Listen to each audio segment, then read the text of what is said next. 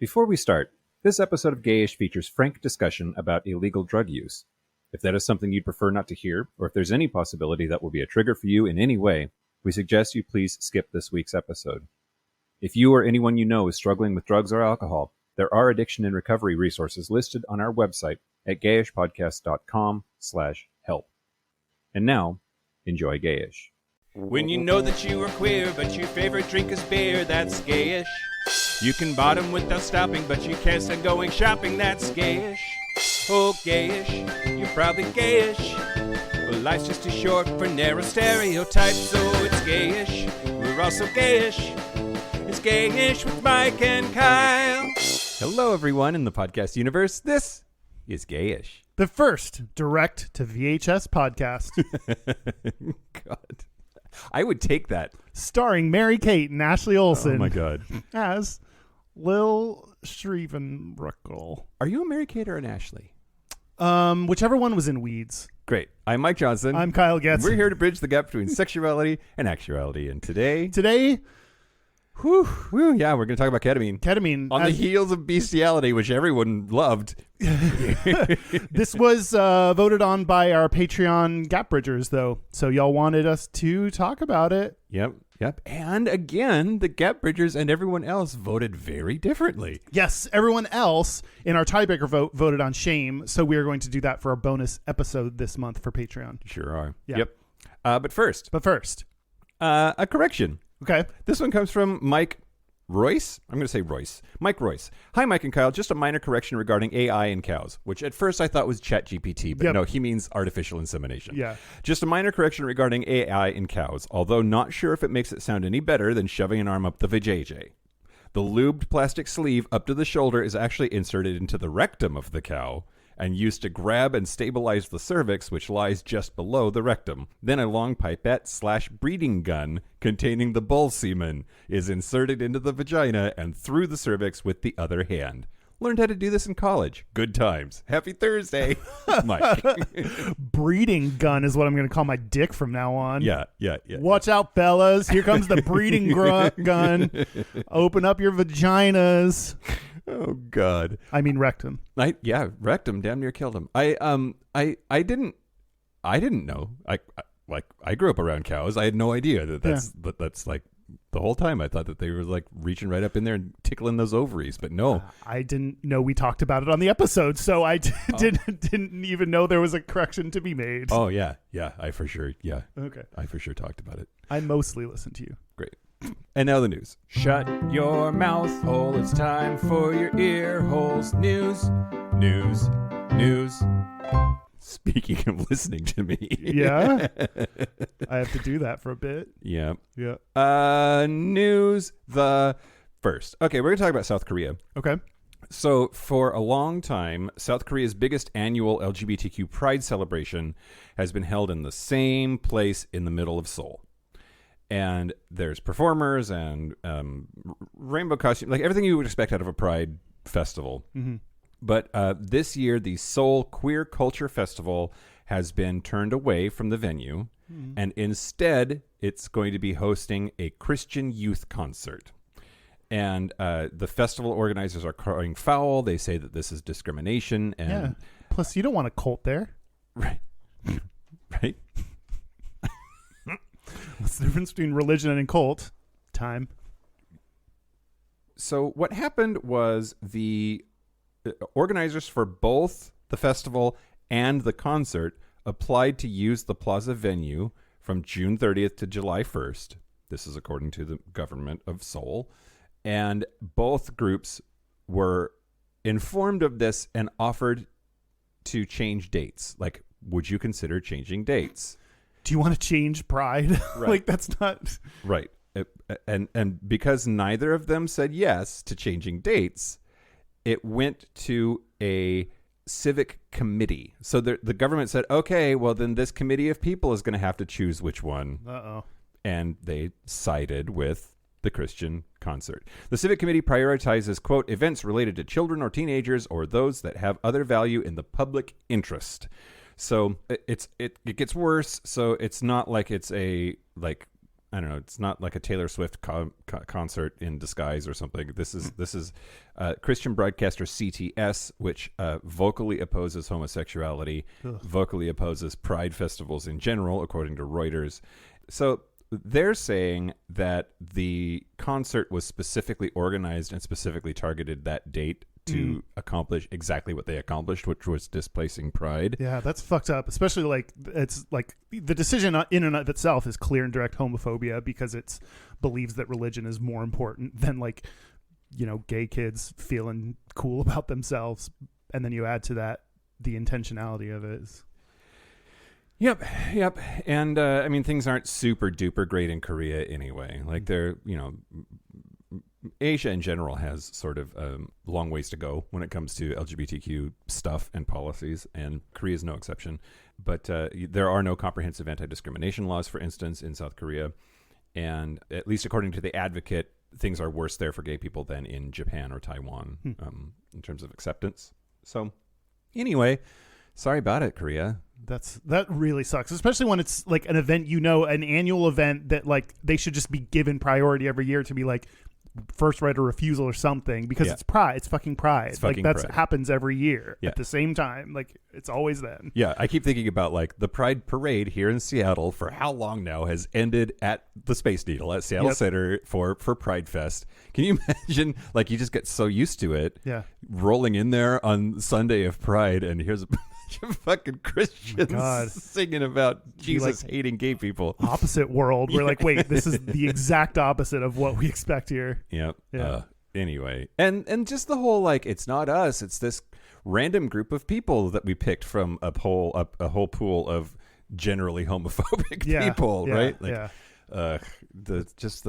sorry, it's not us, it's these people. Like, it's just, I hate that. That sucks. Yeah, that really sucks. Okay, news the second. Before I do news the second, I wrote down here a thing that I just had a quick thought, and I've been having a lot of anxiety lately that like it's uncomfortable for people to hear what's going on in the news, and especially trans people, because things are particularly fucked for them right now. And like, is it okay to just like week after week after week keep saying this like horrible shit that's going on? Yeah. But I keep thinking about this thing that happened at work last week that I'm going to talk about more later, I think. But we had a team in my org that launched this whole thing based around which Harry Potter house are you a member of? And I lost my shit. I talked about it at the happy hour. I like lost my shit, and they pulled it down and they stopped doing this thing and issued this big apology, blah, blah, blah, blah, blah. But the person that was behind that is actually the head of our LGBT group in Israel, which is where the team is based. So it made me realize that like, I don't know if he's an ally or a member of the community, but either way, he's heading the queer resource group in that country and doesn't know better. Had never heard of J.K. Rowling being transphobic, had no idea that Harry Potter could be triggering for trans people and that it is inappropriate in a work context. Anyway, so I keep thinking about that and how like we're sort of in a bubble, and I don't know if everybody even fucking knows what's going on. Yeah. And the need to let people know overrides whatever potential discomfort there is in having to hear how fucked up shit is another week in a row. Yeah. Well, I mean, especially like our audience is a lot of people that are similar to us, because that's just naturally who we like listens to shows, is people that feel like you can relate to. So I think amongst our audience as well, like it's helpful to keep people up to date on what's going on. Yep. Okay. All right. Well, and you also bring in positive trans stories as well. So it's not that it's only the doom and gloom. There's also good things that happen in the trans world and the trans community and the LGBT community. And I think you bring in both news stories from time to time. But man, some weeks is fucking hard. Some weeks. Yeah. Which makes sense. Like, and like there's something about like, you don't want to like just pretend like, oh, let me give equal, time to good and bad. Like, because that's not, that would feel just wrong to try to pretend like it's equally good and bad out there. But there's like a little bit of, you got to give them hope, so I don't know. I think you do a good job balancing. And and this is what the new segment is, and you can kind of expect that. So. Well, and you do a good job of putting in the timestamps. In the description of every episode, there's timestamps, and if you find news is just triggering or too depressing, or you just like, or you're listening to back episodes and you don't need to hear what happened in like August of 2021, I don't know, skip forward. Just skip to the main topic. Yeah. All right. So, news the second. So there is the church at Ponce and Highland in Georgia. It's in Atlanta, which is in general an LGBTQ supportive church. They changed their reader board sign outside the church to say God loves trans kids. Oh, cool. Cool. Except for what's going to happen next. When people showed up for church on Sunday morning, somebody had spray painted out God and substituted pedos. So it said pedos loves trans kids, which that's not even grammatically correct, you fucking dickbags. Yeah, gotcha. Grammar, technicality. But yeah, TV station WAGA reported that the sign was defaced. Reverend Mimi Walker, who's the senior pastor, told the station, quote, "It's sad that this is a part of the conversation in our culture that people feel the need to react with such ugly messages. It's offensive. We believe God loves all people. In particular, God loves the LGBTQ community and trans community who are not seeing that love in all places in our culture." So the church, they band together and they went and fixed the sign and reported the matter to police. This is the first time that they've had their sign vandalized, even though they have posted pro-gay messaging before, pro-LGBTQ messaging before. They have had their pride flags stolen several years. Maybe it's just a kid who needed a pride flag. Well, maybe. Thanks, church. Free pride flag. Ooh. Yoink. That's kind of a good idea to hand out pride flags. Yeah, just a free... Hey, they're waving a free pride flag for me. But she said, quote, "We'll continue to keep putting out our message of love for all people. That power that we have is to keep putting out the positive messages that here is a safe place. We are going to stay true to our commitment to care for those around us. There are people in communities who support them and love them and know that God loves them as well." And we talk about religion a lot on the show, and sorry. It is for my jokes about it. It's not all religions. There are queer affirming churches out there who are doing their best, and they are, I think, in this very contentious friction point in culture. So I just want to catch a church winning. Yeah. Even though this shitty thing happened to them. Yeah. The religious people that I respect are the ones that I think say that, like, if you're not getting any kind of discomfort or pushback, then you're not pushing the message of God's love and what that means hard enough. Like, if everyone's just kind of like, sure, okay, then you're doing whatever the easy version of, God and what he actually meant. When he said love everyone, he didn't give a little asterisk and say except LGBT kids or except trans kids. He just said everyone. So, like, I respect the people that are trying to put the real message of what God meant out there, and then take the flak for it and then when that comes up, then keep pushing it and not let up. So I very much respect that. Yep. Good. Me too, Kyle. Yeah. We're on the same page. Yay, religion. Yay, wow, religion. 180. We love religion. It's only good always. Well, okay. News the last. So, known bisexual actress Drew Barrymore has announced that she's bisexual? That's what the Advocate not says. Known to, Advocate? You make assumptions of me. I did not know that. Oh. But cool. she's no longer going to be hosting the MTV Movie and TV Awards on Sunday night because she's stepping down in solidarity with writers who are on strike. Oh. She had an interview in Variety, and she said, quote, "I have listened to the writers, and in order to truly respect them, I will pivot from hosting the MTV Movie and TV Awards live in solidarity with the strike. Everything we celebrate and honor about movies and television is born out of their creation, and until a solution is reached, I am choosing to wait, but I'll be watching from home and hope you will join me." And then you reacted the way that I reacted. Drew Barrymore's bisexual? Yeah, wow.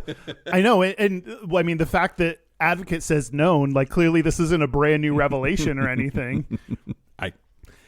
She also hosts the Drew Barrymore show. Which, did you know that, Kyle? So much I'm learning about Drew Barry. What else about Drew Barrymore, Mike? She's a Capricorn.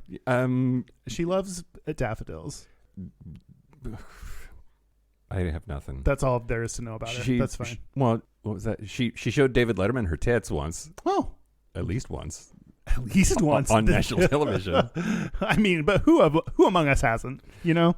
She did say that she's still on good terms with MTV, that she will be back for the 2024 Movie and TV Awards, assuming that they want to have her. She said, quote, "I thank MTV, who has truly been some of the best partners I have ever worked with, and I can't wait to be part of this next year when I can truly celebrate everything that MTV has created, which is a show that allows fans to choose who the awards go to and is truly inclusive." So, Drew Barrymore, she bisexual. Just killing it. So we're doing our part. The opposite of bi erasure. Yes. She's bye. Anyway. What just happened to you right then? I don't know. Were you doing NSYNC or a different thing that I didn't understand? All of them. Okay, great. Yeah. You sounded like a clip of every time NSYNC said bye, but done yourself. Yeah. Okay. That was magical. Speaking of magical things. Yeah. I want to thank the following Patreon members. Thanks. Thanks. Later. Thank you to Brian M. I'm going to take a swing and say Morneilton. I hope, man, if I get that right. Of the Cleveland Morneilton? Oh, yes. North Cleveland, obvi. Vigard? That sounds like the leader of a cult if I've ever seen one. Ember Keeler. Ooh, I love that. I like that. That rolls off. Hey, Ember. Ember Keeler. Sounds like maybe a drag queen's name. Oh, that would be a good drag name. And my name is not Rick. All one word. My name is not Rick. Another we had a baby eats a boy. Yep. Thank you, Rick. Fuck. Damn it. Not the Rick. one Rick. thing. Damn, fuck. Okay. Thank you, not Rick. If you want to join Patreon, you get bonus episodes, episodes a day early, no ads, and you can join at patreon.com/Gayish podcast. And we are doing a new thing that is available to anyone, not just Patreon members, but it's available on the Patreon site or in the Patreon app. It is this spotlight where we just recently interviewed Brad Shreve from the Queer We Are podcast. Yeah. He had a really personal and intimate interview that I really appreciated. And before that, we had done an interview with Queers in Your Ears, another podcast. So both of those are available publicly. You don't have to join. You can just listen to our interviews of podcasts. And maybe we'll do more of these where we interview other podcasts and learn about them and what they do, available to everyone. Yeah, absolutely. We have some pretty great people in our lives now who we can interview and get some interesting stuff, but like doesn't make a whole episode or necessarily fit into something that we have on the schedule. So this is a way for us to still like put that content out there and get them the spotlight. That's why we're calling it Spotlight. Yeah. And I don't know. I think we're this weird spot where we are big enough that people notice us, but still a small, like it is still 3 people trying to run this entire thing. We're not like, I don't know. Some people are like, to the assistant's assistant. It's like, no, like that's not like so we get a ton of requests for, interviews and people that want to do things. So this is another avenue to kind of get content out there. It's funny when people write in and then I write back and then they write back and they say, I can't believe you wrote me back. I'm like, I don't know. As opposed to my army of secretaries. Yeah, exactly. But join Patreon. You also get 50% off live show tickets, Patreon folks, so fucking do that. Oh, yeah. Okay, great. Yeah. The code's in the app. Or on the website. Great. Do you want to... Let's talk about ketamine, Kyle. I'm nervous about this one. Are you? Can you say more about that? It's just a really big issue right now in the queer community, and so it's one that, like, if we fuck up like farmers, I don't know, like that just feels like it's a different. Which I think we got some nice comments from actual gay farmers on that episode. I don't know why but like if we fuck up a different thing, if we fuck up talking about like I don't know whatever. If we fuck up talking about balls, like it's not, gonna mess something up. Sure. Whereas also I have a couple of those balls. Yeah. So like I at least qualified that way. Yeah. There's currently 0 ketamine in my home, but I do have balls. Okay. So, So I don't know. This one, I don't know, feels a little bit heavier and more important to get right. So we'll do our best. We'll do our best. Well, I was going to start with like, what the fuck is ketamine? Sure. Yeah. So ketamine, if y'all don't know, is a dissociative anesthetic. So it was actually invented to put people out for surgery, like propofol, which is also known as milk of amnesia. And they were trying to find a way to make a different anesthetic, which is phencyclidine, but also known as PCP, which is the street drug angel dust. It was causing too many like complications. It was doing the job of like putting people under so that they could have surgery done on them, but there were too many hallucinogenic effects to PCP, and it wasn't necessarily always safe. So they were tweaking that, and that's how they came up with ketamine. So ketamine is just a couple of atoms different than PCP. So it's the same class of drugs, does basically the same shit to your body. That's the thing. So it was first synthesized in 1962 by Calvin Stevens. He was a professor of chemistry at Wayne State University and a consultant for a company called Park Davis. And he first started doing preclinical research in animals. And that's how ketamine came to be used in a veterinary setting, which is going to come up in a weird way later. Okay. But it works quite effectively on most mammals as a way to put them out. So horses, dogs, cats, it was being used by veterinarians. So we got a bunch of data that way. And then this is a thing that... this sentence, they just threw this sentence out there and like left it there. Ketamine was tested in human prisoners in 1964. So that feels like something that happened in the 60s. Like, hey, prisoners, we don't care about you. You don't count. Like, let's test shit on you. Yes. That I don't know. I don't know anything more than you do, but like... I read a 2010 paper from the Journal of Anesthesiology called "Taming the Ketamine Tiger," and it talked about how they did this. And at least according to this, they say that they asked for volunteers. They got 20 volunteers in prison to take ketamine and monitor them and see how it worked out. So, like, I don't know. That feels, the power dynamics there feel very odd. Exactly. Like, okay, what? Yeah. Exactly right. Yeah. So like, or maybe they fucking loved it. I don't know. Here's the thing. If you're in prison, shit's probably pretty boring. Yeah. Like, what would you do to spice up your day? If someone was like, hey, do you want to try drugs? I don't know. Yep. Yeah. But we got a lot of data about ketamine just out of that study, asking for volunteers. So then, initially they wanted to call ketamine anesthetic. People experiencing ketamine anesthesia, they wanted to use the verb dreaming. They were saying that's how they wanted to describe the state that it put people in. But Park Davis, the company that was behind all of this stuff, did not approve of the name. And so Mrs. Edward F. Domino, who was the wife of one of the pharmacologists, suggested dissociative anesthesia, and that stuck. So apparently if you're married to a pharmacologist, you can just like throw shit out there and they're like, yeah, that sounds good. Sure she's not married to a pizza delivery company? Right, exactly. I'm skeptical of that. I thought you were going to say the wife of Mr. Domino. Yeah. Like the wife of Fred Domino. Right. Ed Domino, Kyle. Ed Domino. So after all of this stuff, then dissociative anesthesia is the thing, and it is now classified as a dissociative anesthetic along with a bunch of other stuff. That's a smart name.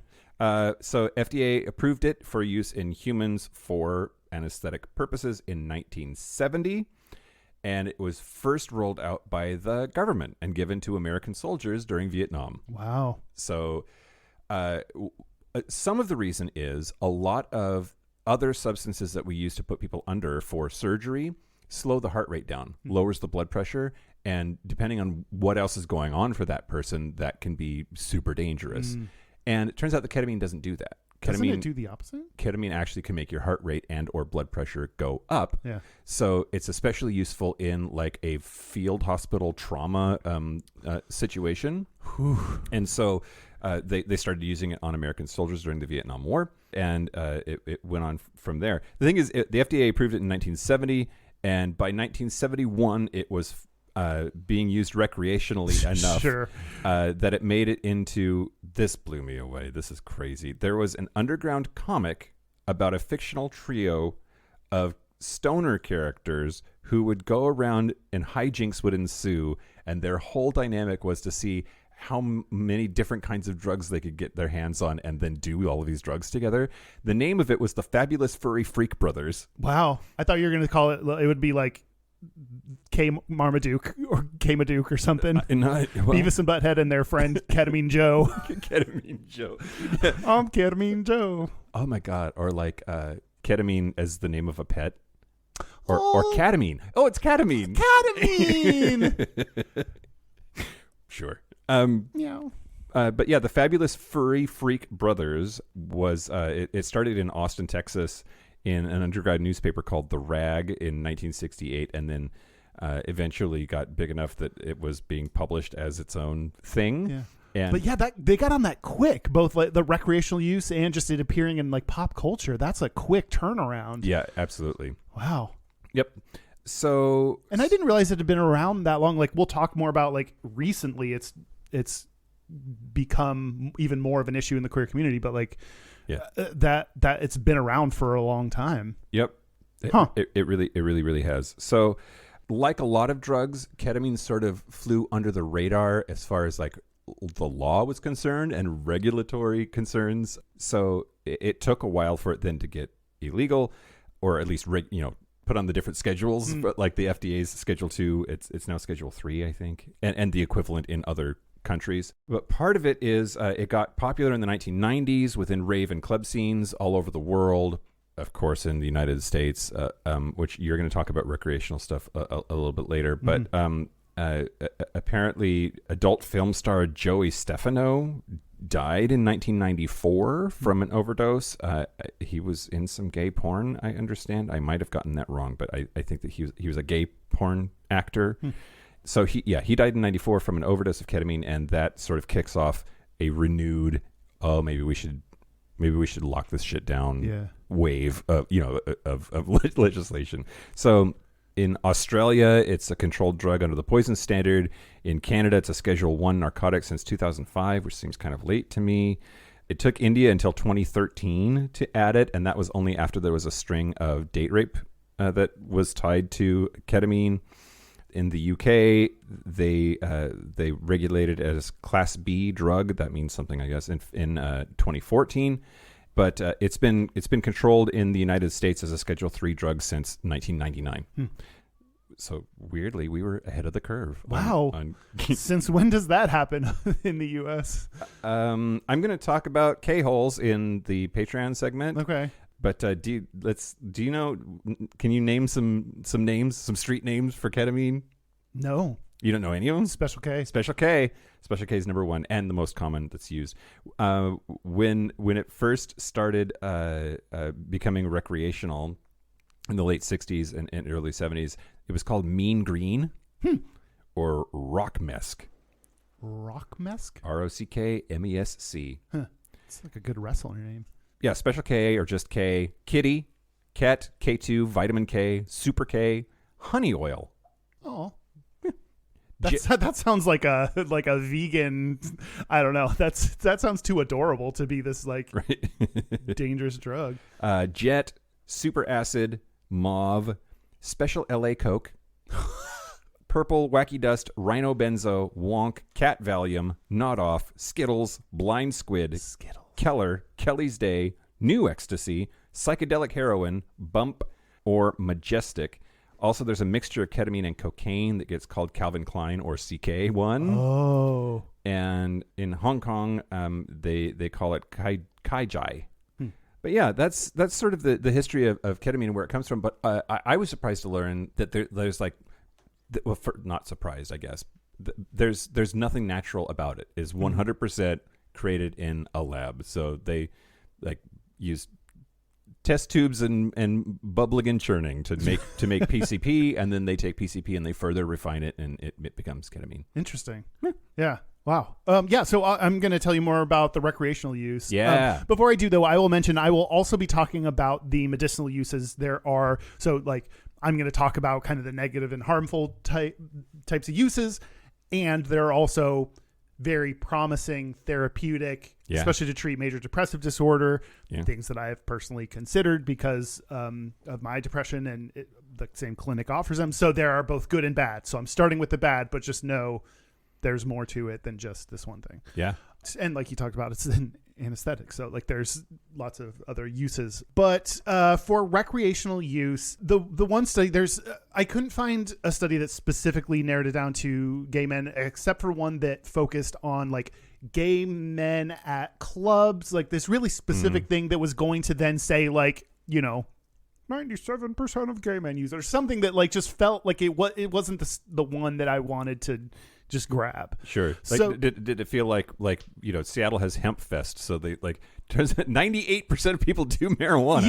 Yes. It felt very like misleading and not going to give us a good general overview. So what I grabbed is this study called Past Year Ketamine Use Evidence from a United States Population from 2015 to 2019. That was published in 2022 by Dr. Andrew Yockey in the Journal of Psychoactive Drugs. Dr. Yockey sounds like a dealer. Hey, hit up my friend Dr. Yockey. He's got you covered. This is recent. It's new. This is fresh off the presses, sort of. Yeah. Just published. Like everything, it was collected from 2015 to 2019, but then it takes time to like assemble and publish.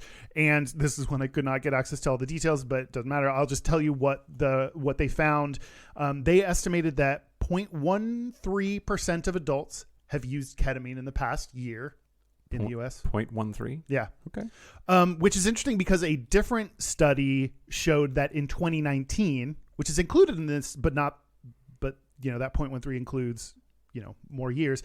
Just in 2019, about 1% of U.S. People 18 and up reported using ketamine recreationally in the past year. So the latest data that was from 2019, what did I say? Did I say 1%? 0.13%. 0.13%. In 2019, it was 1%. Wow. Okay. So that's the latest data I have. So it's possible, my guess based on what I read, is it is increasing in usage. That's like 3 million people. Maybe 2019 was just a wild year. I don't know, but it seems like usage is We should go back in time and tell them to wait until 2020. Well, okay. So actually, I will jump to this. Rachel Bennett, a psychologist who had studied the drug since 2002, said in a Rolling Stones article that I read, "I spent the first 16 years of my career trying to convince people to use this tool because it's, there are good effects that I'm going to talk about later. I spent the last 4 telling people to stop and exercise restraint." And she said that there was a big spike of reports in ketamine addiction since the pandemic. Wow. So I think people did resort to drugs, including ketamine, during the pandemic. Yeah. Which makes sense. Like shit was hard and we were all coping, doing whatever we could. And that included wine. That included boxed wine for me, for sure. Yep. That included weed. That included drugs. Yep. Like that was part of it. For me as well. So, and others. So back to the study though. So yes, that it does say that it does seem to be increasing in the pandemic. People did get the note and start, going for it. But, at least back to this study, the people that are more likely to use, men are more likely to use it. Other risk factors that indicate that are tied to increased use are past year drug use. So if you use any drugs, that makes sense. Yeah. And this is where we come in, sexual minority status. The highest risk people they found were sexual minority males who had reported using more than one substance. Okay. Yeah. I mean, that here it is, the good, the bad, and the ugly. But that checks out Yeah. with what I know of the scene. Yeah. Right. Yeah. I read something else that was not just ketamine, that was about any kind of these either party or sex drugs that people use. And there were other people other than gay men. Like, we tend to be the ones that get focused on in this conversation. And it was saying, like, there are other people that use drugs during sex. And so it's not just gay men, but it did confirm but gay men are among the most likely to do it. So the targeted message towards them is fair and is warranted and is useful. Yeah. So it seems like it is the right kind. This stereotype at least is correct. It is the right targeting, the right call out, the right thing that we as a community need to watch out for. Yeah. So I'm going to talk about some of the risks and harm reduction ideas. So risks, you talked about just the dissociative state and what people call a K-hole. Like, that is because you get side effects like delusions, like visions. You can get into these, if you use too much, dissociative states that can, it says for some people, feel euphoric, and for other people are like terrifying and scary, and like you're not in your body. And so that's one of the risks. There's a risk, it's a drug, high tolerance and dependency. There's other side effects, could be cramps or permanent bladder damage. So in harm reduction, if you feel like you have to pee a lot more, or if you see blood in your pee, that's when you know you should see a doctor, because it can cause bladder damage. Wow. I've never heard of that even a little bit. Really? That's insane. Okay, go ahead. Yeah. There's also, and we're hearing about this a lot in Seattle, I don't know if you've the fentanyl. Yeah. It's a story everywhere, but yeah. I'm hearing about that a lot here. Just there's a risk of fentanyl combination. So fentanyl is a painkiller that is found in hospitals, also manufactured for the black market, and it is very potent, 25 to 50 times more potent than heroin. Yeah. So it is like, I've seen the comparison of the size of dose or whatever, and it is a tiny dose of fentanyl. So that's the risk. Yeah. So some people use fentanyl on its own. Sometimes it's found in other drugs. It can be mixed into drugs like heroin or oxycodone because it's a cheap alternative, offers a sedentary high, so it can be cut in. Yeah. Potentially to help like with the profits of people selling drugs. It's also found in cocaine, which they didn't know what the you even mentioned it on your list of CK as one. So they said there are two people disagree on why it's found in cocaine, either intentionally mixed in to create its own drug. If it has a different name, that seems like that's a realistic possibility. Yeah. But this article didn't say for sure. Or accidental, this is where I don't know the details of drug dealing or how it works. If you're doing your drug stuff, fentanyl, you're not like going to sterilize all your equipment or wipe it down. Sure. And a little bit of fentanyl, if that gets into cocaine, could be accidental. Yeah, sure. There are even like anecdotal reports of like accidental overdose because people just like handle something that has fentanyl in it, right? And didn't know that it had it in it, and then like, I don't know, touch their eye or something. And yep. So one of the harm reduction ideas is testing your drugs, is making sure if you're going to do it, test it to make sure that it is pure and does not contain any fentanyl. I don't even know how I would do that. Like, can I run to the drugstore and get like... Yeah, go to the police. Yeah. Ask about it. Could you test this for me, please? There are devices you can use to test. Yeah. Cool. Yeah. I don't know any more than that. But yeah. So anyway, that was a lot about fentanyl, but that is the risk, that there could be, fentanyl is included in this, that could be deadly. And overdose on ketamine alone, death from overdose on ketamine alone is rare.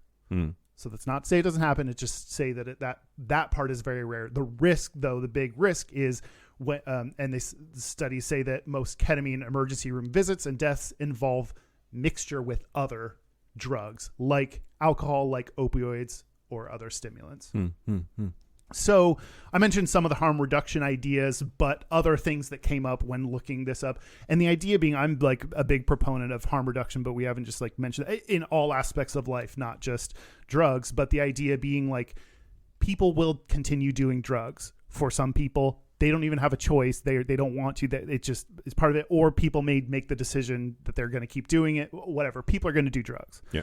I would rather you know how to be safe while doing that if you were going to choose to and stay alive. Yeah. Rather than us not like pretending like abstinence is the only way to do it, and then you're like, okay, then I'm just going to do whatever, and then not know, and you accidentally mess up. Yep. Absolutely. Yep. So some harm reduction suggestions: eat at least 2 hours before you use. Okay. Stay hydrated. So drink water or electrolyte drinks. This can help with the bladder damage that I mentioned. The idea that mixing ketamine is more the cause of emergency room visits or overdose. Either avoid or try to reduce mixing ketamine with other substances. So mixing ketamine with depressants can contribute to an overdose. Mixing ketamines with stimulants can increase your heart rate and blood pressure. So put pressure on your heart. Leave at least 30 minutes before doses if you're going to, especially if you don't know how it affects you, how much it affects you. That gives you enough time to feel it out and decide if you do want to do more. Do it with people you know. One of the risks, because the risk is becoming disoriented or disassociated. It talked about, and this is again what I really like about just acknowledging what happens. So if you're using it during sex work, if you're using it around people you don't know, if you're using it around strangers, if you're using like those, that becomes a little bit more, just be aware that you may not be in full control when you do that. So it does make it a little bit riskier. So being around people that you know and trust. And one article suggested provide psychological support in party spaces, which like that I was like, really? Like I've never heard that. I've never heard like that would be very cool if you could have like a doctor on hand at places you know, or I don't even know psychologically. You could have like a therapist to talk through if you're dissociated. I don't know what that means, like, or how we would do that exactly. But it was like the next rave I throw, I'm gonna have somebody show up. Yes, exactly. But that was like that's like a smart, like it just hit me as like, oh, no one would ever do that. And it's like, oh wait, but that'd be a really smart, like a volunteer healthcare worker. I don't know, someone that can just be like, look, I know. Let's just have someone on hand. So I'd rather a harm reduction approach. Anyway, I thought that was an interesting suggestion. Yeah, but for sure. Those are risks and harm reduction. There are other harm reduction ideas, especially depending on the type you use. If you do like, snorting or booty bump or, do various types, there are other suggestions. So make sure to read up on booty bump. Yeah. It's where you put it in your butt. Oh, okay. Yeah. Great. Yeah. Neat. Yeah. Yeah. A lot of drugs you can go through. You can go rectally. Yeah. I mean, you can butt chug booze. Apparently, we learned that. You can put a lot of stuff up your butt if you really want to. But that creates like, I think when that can damage, like that puts you at high. If you do a booty bump and then have anal sex, like that can put you at higher risk for STIs because then it's more likely to, it like kind of, I don't know the word. Yeah. It like makes surfaces more like open to getting the STI in there. Yeah. That's the least medical way that I could describe that, but that's the risk. So it suggested if you're going to booty bump, have someone wear a condom. Yeah. Huh. Well, thanks for that. Yeah, no problem. I agree with you on the harm reduction shit, by the way. Like, I think, abstinence only is such a puritanical horseshit Christian thing, like about all kinds of stuff. Sex, booze, rock and roll, dancing. I don't know. Yeah. But and with drugs, it makes you feel like if you do to just say stop cold turkey, that's a lot for some people. Yeah. And there's a lot of shit that you can't stop cold turkey. Like it will kill you to stop cold turkey. Yes. And it makes you then, if you like ever use again a relapse or it doesn't like you can't quit the first time. It usually takes multiple times to try quitting something before you can. Then it makes you just feel like a failure if you do it again. So it helps say like, okay, let's make this safer. Let's reduce the amount of times. Let's make I absolutely think it's a much better approach to all things, including drugs. Yeah, for sure. Yes. Okay, well, I'm gonna tell you about Elijah McClain. Okay. Do you know that name? Nope. We should, and like a lot of folks that fit this situation, there's too many of them to count. Anyway, he's a 23-year-old African American from Aurora, Colorado, who died 6 days after a violent police encounter. And so on August 24th. Okay, yes. What? I've heard the name. Oh, yeah, yeah. But that's about it. Yeah, and because of the timing of it, also like George Floyd was sort of the big flashpoint that really got say his name. We said his name a lot while we were marching, right? And this is roughly the same time period, right? So, anyway, so August 24th, 2019, there were 3 Aurora police officers, and they made contact with Elijah McClain because an Aurora civilian had called in a tip that said that there was an unarmed person wearing a ski mask that looked sketchy. And all 3 of the officers that responded said that their body cameras were knocked off in the struggle with McClain, and that's why there's no video or clear video of all of this stuff. That should be automatic firing. Like, if your body cameras are such a useful tool that we need for police, like, talk about harm reduction. Yep. So the caller definitely said that he did not believe that the person was armed, and that did not believe that anyone was in immediate danger, but wanted to call it in anyway. All he had done was go to the convenience store to get an iced tea for his brother. So he was forcibly held to the ground with his hands cuffed behind his back. So there's clearly a step where they assumed it was him as the dangerous person. Well, yeah. So they approached him. They made contact with him. So then he seemed to have been, he's believed to have been listening to music at the time because he didn't immediately respond. He didn't immediately comply to police instructions and was kind of flailing around his arms, waving his arms around. And his Which family could just be like walking and moving, or what if you're skipping? What if you're like, yeah. His family says that they think he was just dancing. Or dancing, yeah. But the family also says that he would wear a ski mask from time to time because he had a blood circulation disorder that caused him to chill easily. He would get cold easy, so he would do that. So the police report says that he resisted when confronted by police officers. One of the officers shouted, "He's going for your gun." So they slammed him into a wall, and then they wrestled him to the ground and handcuffed him. Then they did what's called a carotid hold, where they tried to choke him out because he was resisting arrest, quote unquote. It's one of the officers said that he would have the police dog bite him if he didn't settle down. Anyway, so there's a whole bunch of stuff, but then because of the protocol involved, they called the paramedics, and they said to the paramedics that he was acting crazy and that he was definitely on something because he had incredible crazy strength when they tried to restrain him. And so the paramedics showed up and injected him with 500 milligrams of ketamine. Jesus.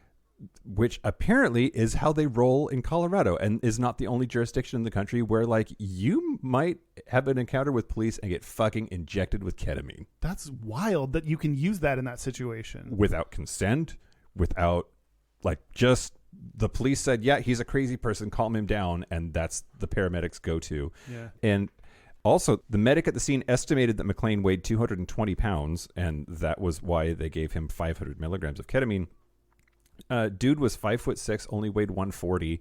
Oh my God! Like, should not have received more than about 320 milligrams of ketamine. I mean, if any. If any. Yeah. There's a neuroscientist named Carl Hart, who's the chair of Columbia University's psych department. He said, quote, "Why anyone would be giving anyone ketamine in that circumstance is beyond me. Yeah. The major problem here is we should never be ordering any medication, and no one should be taking or given it against their will." Yeah. Yeah. About 7 minutes after he received the ketamine, he had no pulse in the ambulance, went into cardiac arrest. He was revived, but was later declared brain dead and was taken off of life support less than a week later. So, but this idea that, like, you can have a contact with police and be deemed out of control, and they inject ketamine into your system to, like, put a stop to it, especially when it's not exactly a safe drug that people, especially with cardiac conditions, can react to. And if you can, like, if someone lets police, I'm not going to give any benefit of the doubt. They don't deserve it. They haven't earned that. Right. A paramedic, if they just benefit of the doubt completely misjudged, like if you can be that off by just eyeballing someone, that you don't want to be in like, oh, I eyeballed this person and I accidentally was off by 200 milligrams. Like you shouldn't be able, like a mistake shouldn't be able to be that catastrophic in this situation. Yep, absolutely. I totally agree. And you know, how much of that was amped up by like, you know, 3 big white police officers. I assume they're white. That was an assumption. Yeah. But Good one. 3 police officers are telling you like, yeah, this guy's crazy strong. He's out of control. Like, do you kind of like, does your mental math then like, are you biased by that report? And so you like, you know, kick it up a notch. Yeah. And I mean, in general, black kids are seen as older, as more threatening, as more violent, just by the way they look, not by doing anything else. It's like the adultification of young black, especially young black boys. Like I could see that just by the virtue of him being black, people assume he might be bigger, stronger, fighting back when none of that is actually true. Yep. Now, I looked and I looked and I looked, and nobody said Elijah. He went by Eli. Nobody said Eli was gay, but he was definitely queer in that like an interesting dude kind of way. And I don't know. He seemed kind of gay to me. Why? First, he's really handsome, which is great. Like that means you're gayer, in my opinion. But as a teenager, he taught himself guitar and violin. Graduated with a technical degree from a college in Denver. Got a job as a massage therapist. He was a vegetarian and known as a pacifist. His sister said, quote, he was a really good person. He didn't argue with anybody. If you tried to argue with him, he would just say, I love you, and walk away. His colleagues at Massage Envy, where he worked as a therapist, said that he always followed the model, always with gratitude. He would draw pictures for colleagues, perform headstands in the corridors, would wear barefoot running style toe shoes so that he could feel closer to the ground. He would regularly sing or dance for colleagues or for clients. And he also took regular trips to a local pet store where he would play the violin for kittens who didn't have homes. Oh, that's adorable. His ear piercings, just his general, like, his vibe, I don't know. He seems pretty gay. But isn't that like literally what we talk about doing the opposite of? Like you just described a bunch of stereotypes that none of which say he's actually gay. That's true. Is it because those are less masculine things that make you assume he might be gay? Yeah, for sure. Anyway, the segment that I wanted to bring was just all of the different ways that ketamine can be used, apparently injected against your will by paramedics who got called there by cops that were freaking out, is on the list. Yeah. Which, that seems so fucked up. Yeah. So fucked up. Yeah.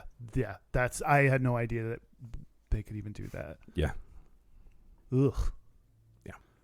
Well, another use. Yeah. Let's turn it around. Another use is for treatment for depression.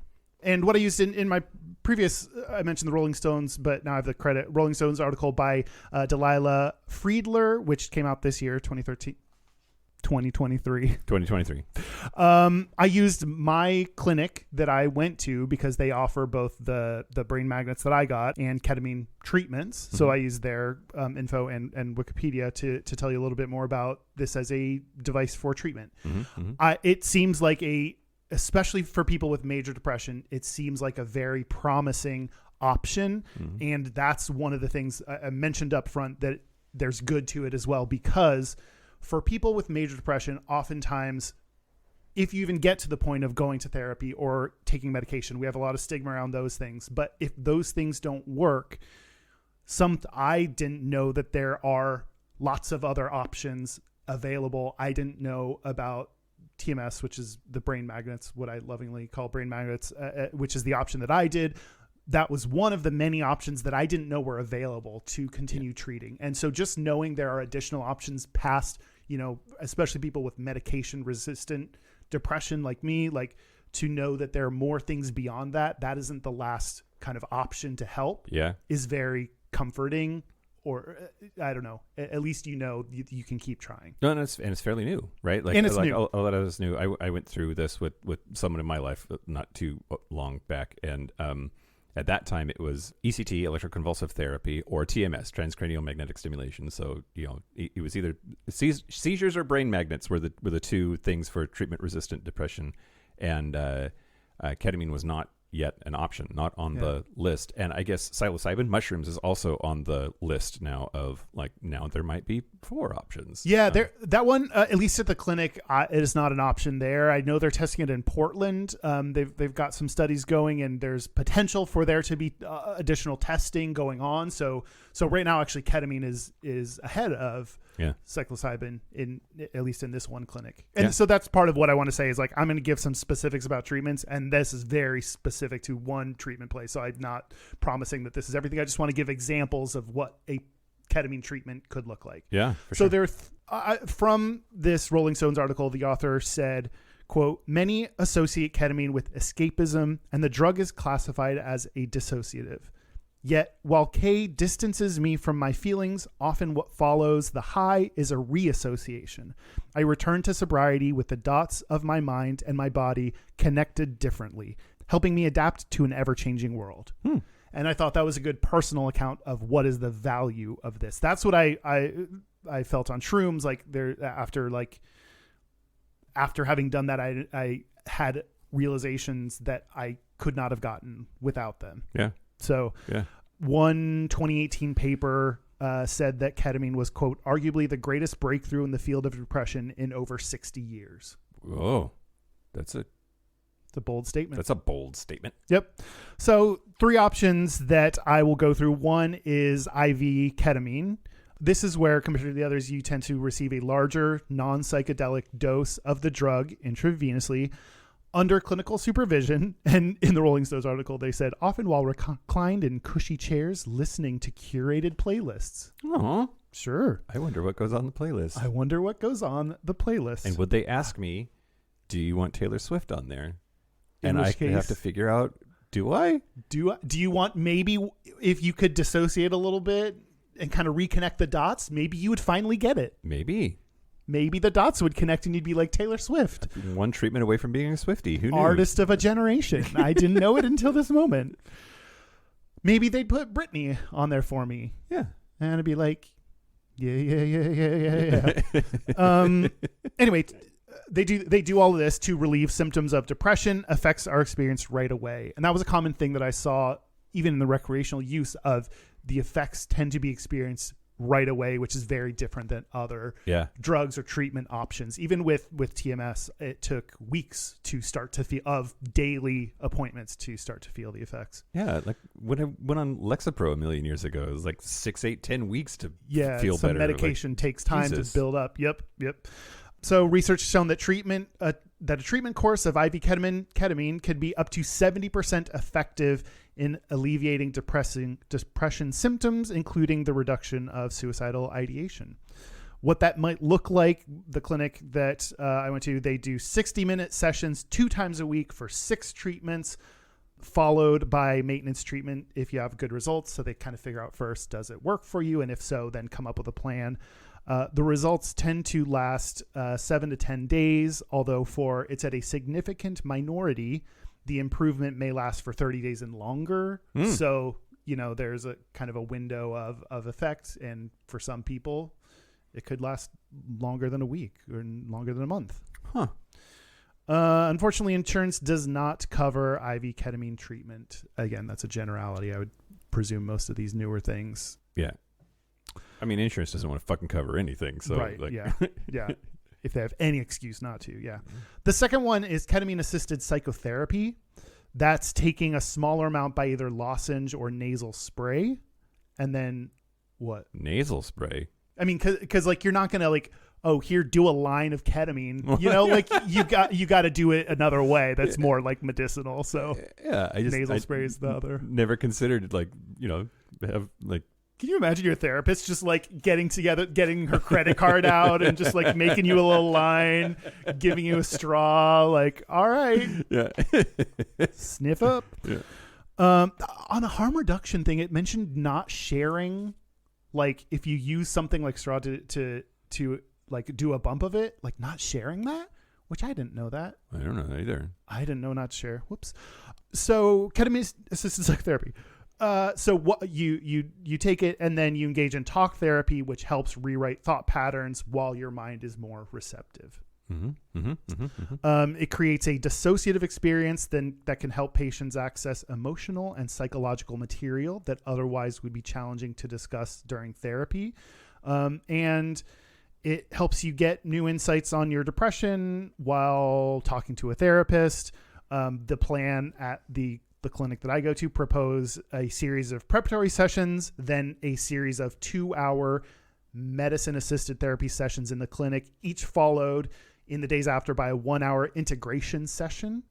And they recommended an initial course might look like 5 to 8 sessions. Wow. Okay.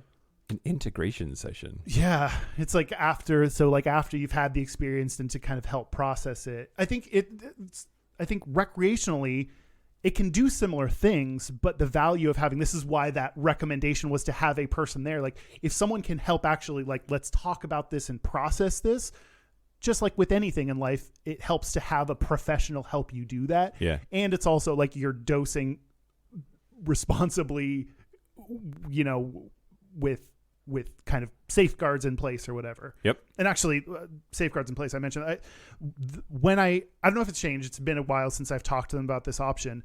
The requirement though would have been for me to go get the nasal spray myself and have that on hand and bring that to my therapy sessions. They weren't allowed to do it for you. And I didn't like that risk of like, let's have ketamine sitting around. Yeah. So that's one of the reasons I didn't pursue that anymore. The IV, no, that's too, I don't have good enough insurance to pursue the IV. Like some of these unfortunately are cost prohibitive, which sucks when you're depressed to like have that be another thing to right. Yeah. And like the other one, insurance generally does not cover ketamine assisted psychotherapy. The last, I'd hang on to it for you if you want me to. Oh, that's a good idea.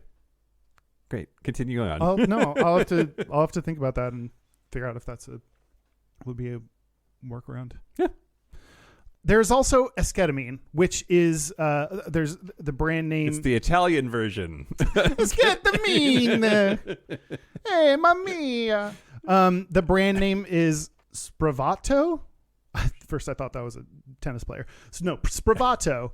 Sparatova. It is not ketamine. It is chemically related to ketamine and administered as a nasal spray. So even though it's not ketamine, it's falls into this kind of category. It's a new antidepressant. Unlike other antidepressants, most people feel better after the first or second treatment.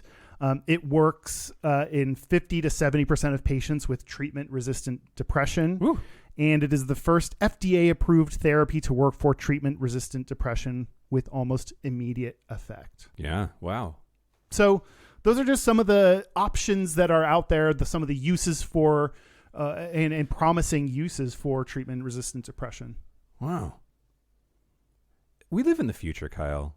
But we also live in the Stone Ages because like there are these options that then either insurance won't cover or we still have to like convince people to let us test like, you know, psilocybin. Like it sucks that it's like.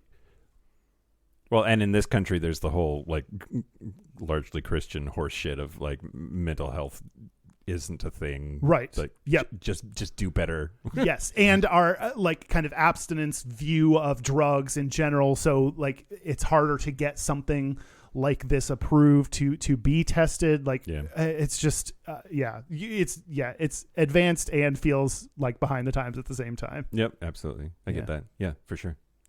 All right. Well, I'm going to talk to you about Azealia Banks. Yeah. Whenever anyone brings up Azealia Banks, it's like, what did she say this time? Is that true?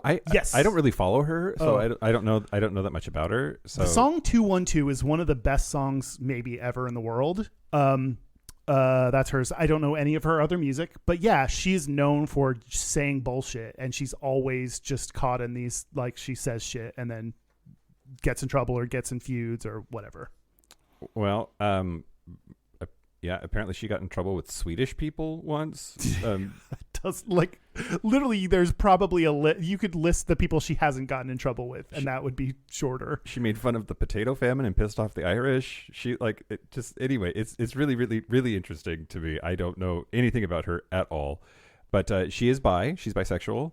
And she told the New York Times in an interview, she said, quote, "I'm not trying to be like the bisexual lesbian rapper. I don't live on other people's terms." Anyway, so she posted to her Facebook page a picture of herself with what appeared to be blood running down her face and head. And then people freaked out about that and were making fun of the picture and making fun of her choice to post that online, which she then came back and she said that the picture was of a religious practice, that she worships the goddess Yemaya. There's an emphasis, there's a tick mark over the last A, so I would say Yemaya, but because it's on the end, like, it might be Yemaya. Anyway, the patron spirit of motherhood and rivers of the Yoruba religion. So yeah, she was claiming, this is just my religion. You're making fun of my religion. You're being terrible people. And I don't understand how she made the leap from that to posting a meme that said that gays are appropriating horse culture because they wear harnesses, use J-lube, and do ketamine, because that's a veterinary thing. It's used extensively by veterinary science to put horses out so that they can perform surgery on them. But yeah, she said, quote, "Mainstream gay culture in a nutshell, yet y'all have the nerve to tell me, the herbal plant-based goddess, that I need medication for believing in my goddess. The hilarity, don't fuck with me, bitches. We can do this culture war all day, and I promise you that I will win. Good night." And it's just like, gays are appropriating horse culture, harnesses, ketamine, obstetrical lube. That was her choice. That's kind of funny. I think it's kind of funny too. Oh, were people mad at her? Oh yeah, yeah, absolutely. They said it was queerphobic. That it was one person like did that whole announcing their departure thing on her social media. Quote, "Stopped following today, girl. If you believe in what you claim to believe, you wouldn't act this way." One fan said, quote, "Clearly you're not a gay man and are misrepresenting a subculture. As a gay man, I find this absolutely offensive. But I don't hold hate for you. It indicates to me that you are upset and are in pain. I'm sorry you feel that way." God, okay. Go ahead. I fucking hate this. There's this whole new wave of like, when responding to trolls being like, "I see you're hurting." Yeah. And it's just so disingenuous.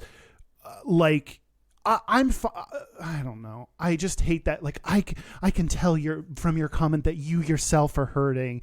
And I hope that you learn to love yourself because I've learned to love myself. Like, people post these whole diatribes to someone, and I'm just like, I don't know, barf. I fucking hate it so much. It's just, but you get to respond.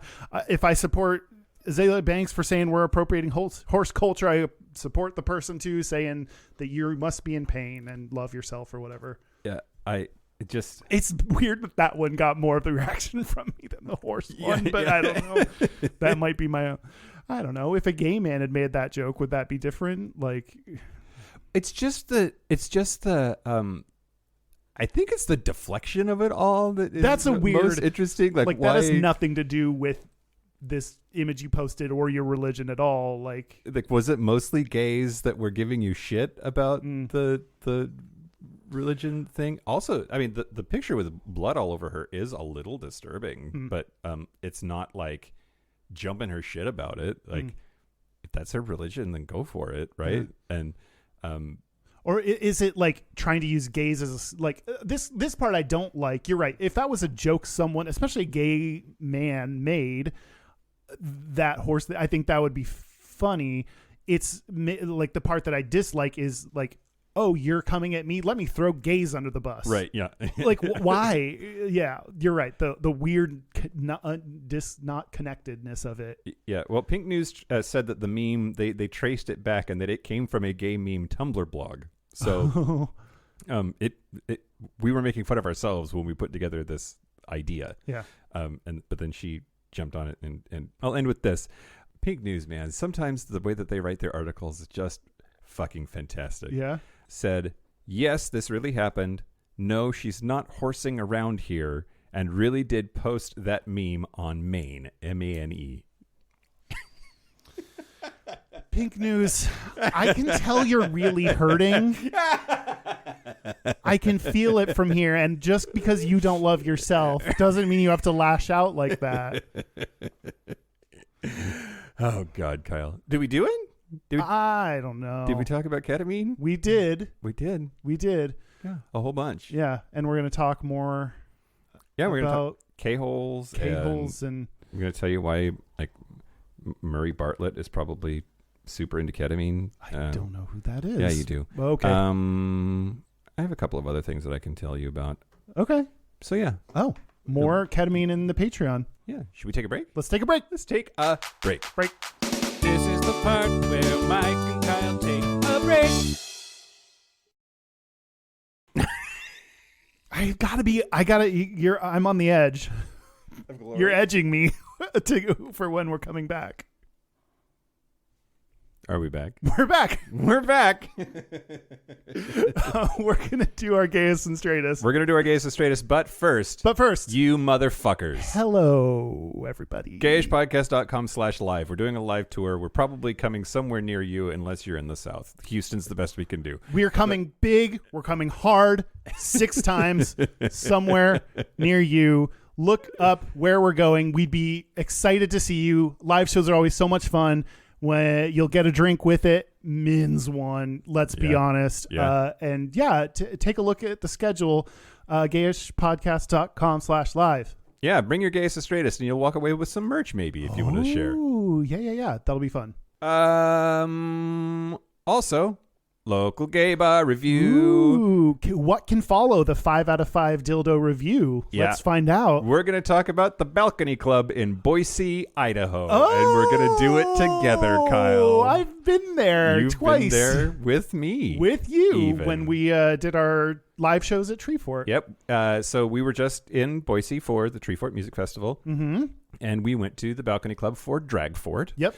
And Dragfort pulled talent. They did both years that we've been, but they pull some really great talent. They have some really great artists perform.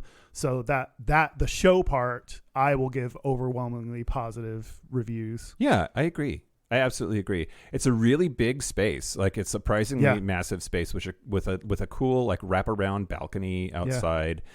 Which when the weather is warmer is a good place to like hang out. Yeah. Or when you're like warm or have social anxiety like me, you could just go stand out there and be like, I'm probably doing something. Yeah. And compared to big city bars, it's pretty affordable. If you ignore the fact that like the cover, if you didn't have a Treefort pass, was like super expensive. Yeah. I think Boise is lucky to have that space. Now, don't know if it's true, but apparently straight people own it, and there's a lot of feelings about that. Yeah, so it also was, I don't know, pretty packed, and I didn't see a lot of like different kinds of people. Yeah, I'm inclined to give it 3.5 dildos. Yeah, that's great. I did not get laid, and a lot of people were there with their boyfriends, so I a little bit of just that night, a little bit of, that's fine. Everyone can show up with their boyfriends if they want to. Yeah. Great. Our website is gayishpodcast.com. We have a Facebook group. We have a Discord. We have Spaces. We're on Instagram. You can find all of our social media info at gayishpodcast.com/contact. Our hotline, you can send us text messages or leave us voicemails, is 5855-GAYISH. That's 585-542-9474. Standard rates apply. Our email is gayishpodcast@gmail.com. And our physical mailing address is Post Office Box 19882, Seattle, Washington, 98109. Gayest and Straightest? We're going to do our Gayest and Straightest. I'll go. Great, do it. My straightest is I went to the Mariners game. Yeah, you did. Who was it, by the way? It was, you know what? It was a lot. So what we did, instead of going to our seats, we went to a bar that was near our seats so we could stand up. I always hate, I'm a large person that is too wide for most seats, so I don't fit. So I got to like actually just stand up and have some room to move around. So I loved that. I went with our favorite fag stag, Doug Ankoviak, whose birthday it was. Happy birthday, Doug. Happy birthday, Doug. And his wife's birthday too. Happy birthday, Britt. But that part was fun. Hung out, drank, like that. There was a game going on. Sometimes I looked over and was like, oh, interesting. Did you have garlic fries? No. I'm disappointed. I just Go ahead. had large drinks. And when there was something real exciting, like in the 8th inning, everyone started screaming and got really excited, and someone made me give them a high five, and I was like, what happened? And everyone was like laughing around me because we like tied it up in the 8th inning or something. Great. So my gayest is, I was like, oh, it's the 8th inning. People are excited and they're going to stay. I'm going to take this opportunity. So I left like Great. right when it got tied up and everyone was like real excited. We were losing to the Astros the whole time. Right when it got tied up, I was like, cool, I'm leaving now so I can get a bus and I won't be like too packed with people trying to escape. Yeah. So Lots of people leave at the 7th inning stretch regardless of what's going on. It's like, I fuck this, stuck I'm around out. I stuck around. So I at least got to be there for an exciting moment. I don't know if they won or lost at the end of it. I didn't. That's also part of the gayness. I don't know. I don't know what happened. Yeah. Great. They probably lost. That's how things. Gay. What about you? The straightest thing about me this week was I went to there's a bar here called Cece's, and the first Saturday of every month is fetish night, and I went early. I've like for years I've been doing this. Go and not wear gear and just like go early and get a spot at the bar and drink. Because and after a then, certain time, they only let people with gear in, and so yeah. Yeah, but I think showing up to fetish night not in fetish gear is my straightest. Yep. And then, much to my disappointment, they were like, "You have to leave. If you don't have gear, you have to leave at 8." Wow. So at some point that changed. My like just go and enjoy is like that's not allowed no more. Yeah. So yeah. Anyway, so the gayest thing about me, besides like wanting to throw a hissy fit when they said that I had to go, because like there's definitely a screaming like queer inside of me that just wanted to like go off. Yeah. I didn't, by the way. Yeah. The gayest thing about me this week is weighing myself every day because pride. Oh no, Mike. I know. Do we need to talk about that? Yeah. We can talk about that in our Patreon bonus episode about shame. Oh boy, that's unfortunate. Yeah, This week we have a listener's gayest and straightest in voicemail. yeah. Hi, Mike and Carl. My name is Richard. I'm from South Africa. I have spent the last 4 months catching up on 6 years of Gayish and absolutely love it. Love the candidacy that you guys approach the show with. I love the humor. I love the seriousness, everything.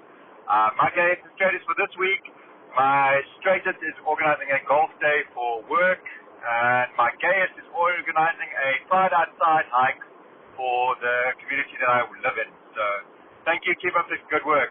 Thank you, Richard from South Africa. I love when gayest and straightest are mostly compliments for us. That's my gayest. I prefer compliments over your actual. No, those were great ones. And also people that. Golf is super straight. Oh my god. So one of the straightest options. Well, do it. And Pride Outside. I love the idea of Pride Outside. That makes me happy. Yeah, that's a really cute idea. Yeah. Plus, like they'll hear this in another 4 years once they're all caught up with like all of our episodes. So like at someday you'll hear it. That's it. That's it. We did an episode on ketamine, Kyle. We did, as voted on by y'all. So thanks for voting, and join Patreon to help vote on our topics. Yep, do it. Thanks, Patreon. Thank you. This is me. Also, thank you to our super gap bridgers. I'd like to thank Andrew Bugby, Christopher M., John Crowley, Stephen Porch, Yost Osel, Harry Shaw, Josh Copeland, Jonathan Montañez. Wow, I don't know what happened there. Wadu, Forrest Nail, Patrick Martin, James Barrow, Steve Douglas, Explosive Lasagna, Michael Cuppington, Just Jamie, Kevin Henderson, Thomas B., Timothy Sora, Dusty Sands, A. Coleman, Chris Cacciatorians, and Jerome York. Thank you for your support. Thank you very much for your support. That's it. This has been Gayish from the Chris Cacciatorian Studios. I'm Mike Johnson. I'm Kyle Getz. Until next week, be butch, be fabulous, be you. Do it. See you next week. Bye.